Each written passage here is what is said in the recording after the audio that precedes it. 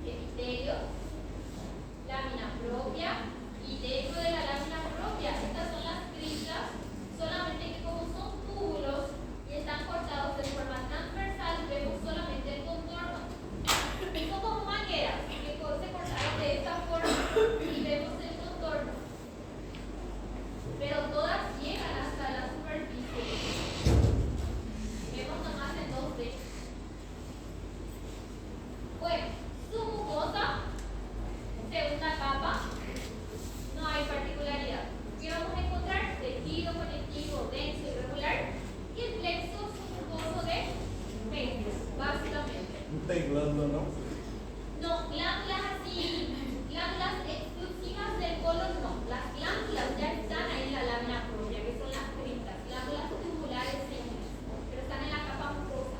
La submucosa no tiene glándulas exclusivas o propias.